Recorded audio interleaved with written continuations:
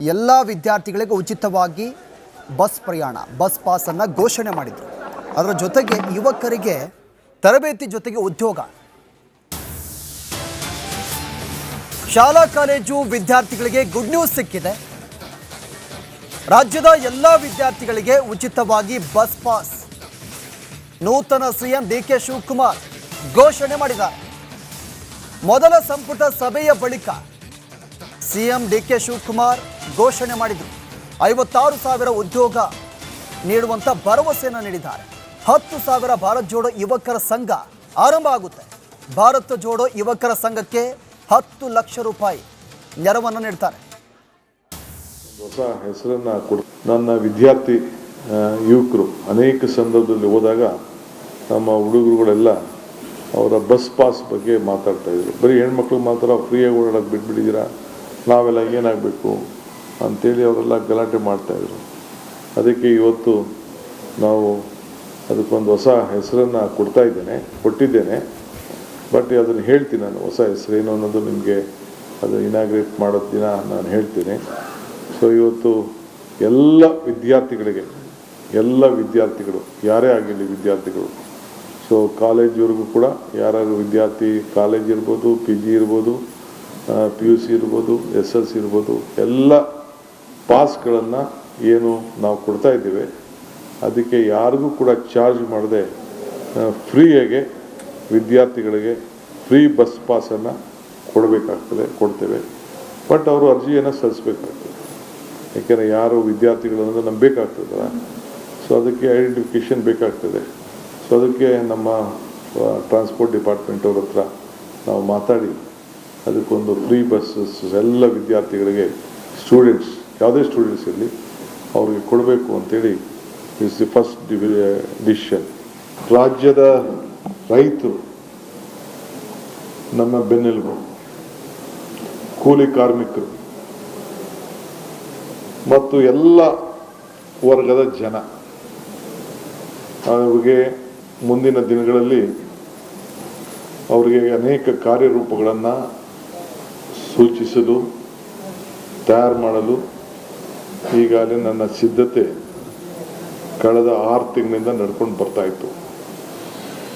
ಒಂದೊಂದೇ ಅನುಷ್ಠಾನಕ್ಕೆ ತರಬೇಕು ಅಂತೇಳಿ ಇವತ್ತು ಕ್ಯಾಬಿನೆಟ್ನಲ್ಲಿ ಸುಮಾರು ದೀರ್ಘವಾಗಿ 2 ಗಂಟೆಗಳು ಹೆಚ್ಚು ಕಾಲ ಚರ್ಚೆ ಮಾಡಿ ಇವತ್ತು 6 ಜನರಿಗೆ ಹತ್ತಿರ ಇರುವಂಥ ಕೆಲವು ಸಮಸ್ಯೆ ಇರೋಂಥದ್ದಕ್ಕೆ ಒಂದು ಹೊಸ ಯುವಯುಗ ಪ್ರಾರಂಭ ಆಗಬೇಕು ಅನ್ನೋ ದೃಷ್ಟಿಯಿಂದ ಕೆಲವು ತೀರ್ಮಾನವನ್ನು ಮಾಡಿದ್ದೇವೆ.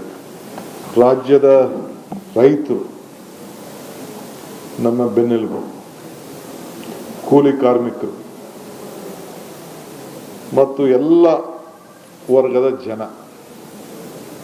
ಅವ್ರಿಗೆ ಮುಂದಿನ ದಿನಗಳಲ್ಲಿ ಅವರಿಗೆ ಅನೇಕ ಕಾರ್ಯರೂಪಗಳನ್ನು ಸೂಚಿಸಲು, ತಯಾರು ಮಾಡಲು ಈಗಾಗಲೇ ನನ್ನ ಸಿದ್ಧತೆ ಕಳೆದ 6 ತಿಂಗಳಿಂದ ನಡ್ಕೊಂಡು ಬರ್ತಾಯಿತ್ತು.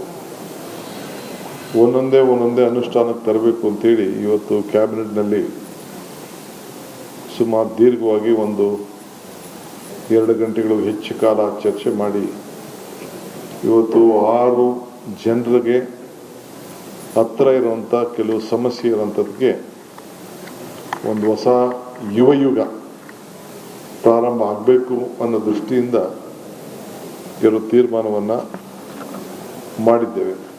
ನಮ್ಮ FKCC ಇರ್ಬೋದು, ಬೇರೆ ನಮ್ಮ ಎಲ್ಲ ರಂಗದಲ್ಲಿರ್ಬೋದು, ಮೆಡಿಕಲ್ ಇರ್ಬೋದು, ಕಾಲೇಜಸ್ ಇರ್ಬೋದು, ಎಲ್ಲರೂ ಕೂಡ ಕರೆಸಿ ಅವನು ಕೂಡ ವಿಶ್ವಾಸಕ್ಕೆ ತೆಗೆದುಕೊಂಡು, ನಮಗೆ ನೀವು ಫೋರ್ಸ್ ಮಾಡ್ತಾ ಇದ್ದೀರಿ, ಅಲ್ಲಿ ಟೆಕ್ನಿಷಿಯನ್ ಸಿಗಲ್ಲ, ಹೊರಗಡೆಯಿಂದ ಬರ್ತಾ ಇದ್ದಾರೆ, ಇವೆಲ್ಲ ಕೂಡ ಬರ್ತದೆ.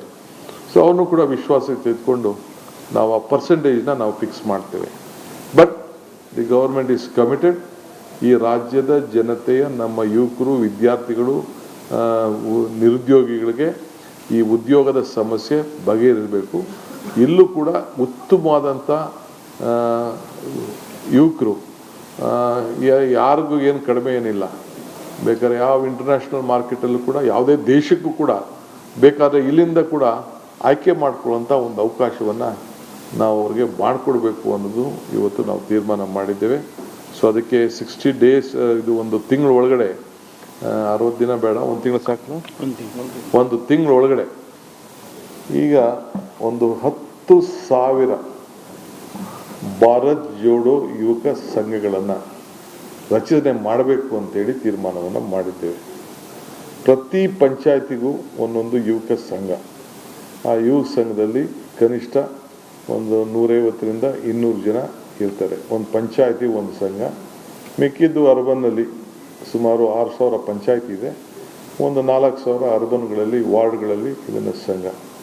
ಇದು ಸ್ಪೋರ್ಟ್ಸ್ಗೆ, ಕಲ್ಚರಲ್ಗೆ ಮತ್ತು ಅವ್ರದ್ದೇನೇ ಆದಂಥ ನಾಟಕಗಳಿರ್ಬೋದು, ಸಾಂಸ್ಕೃತಿಕಗಳಿರ್ಬೋದು, ಅವರ ನಾಯಕತ್ವವನ್ನು ಬೆಳೆಸ್ಕೊಡ್ಲಿಕ್ಕೆ ಮತ್ತು ಒಂದು ಕ್ರೀಡಾ ಮನೋಭಾವನ ಇಟ್ಕೊಂಡು ಮತ್ತು ಎಲ್ಲ ಇದು ನಮ್ಮ ಸೋಷಿಯಲ್ ಹಾರ್ಮನಿ ಇದನ್ನು ಅದಕ್ಕೋಸ್ಕರ ಭಾರತ್ ಜೋಡೋ ಯುವಕ ಸಂಘ ಅಂಥೇಳಿ ಈ ಪ್ರಾರಂಭ ಮಾಡಬೇಕು ಅಂತೇಳಿ ಮಾಡಿದ್ದೇವೆ.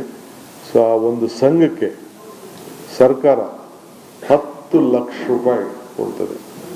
ಆ 10 ಲಕ್ಷದಲ್ಲಿ ಅದನ್ನು ಯಾವ ರೀತಿ ನಡೆಸಬೇಕು, ಎಲ್ಲಿ ನಡೀತದೆ ಅಂಥೇಳಿ ಅದಕ್ಕೆ ಎಲ್ಲ ಆ ಜಾಗಗಳೆಲ್ಲ ನಾವೆಲ್ಲ ಈಗ ನಮ್ಮ ತಲೆಯಲ್ಲೆಲ್ಲ ಇದೆ. ಅದು ಹಿಂದೆ ಎಲ್ಲ ನಾನು ಡಿಕ್ಲೇರ್ ಮಾಡಿದ್ದೆ ಅದನ್ನು. ಸೊ ಅದಕ್ಕೆ ಒಂದು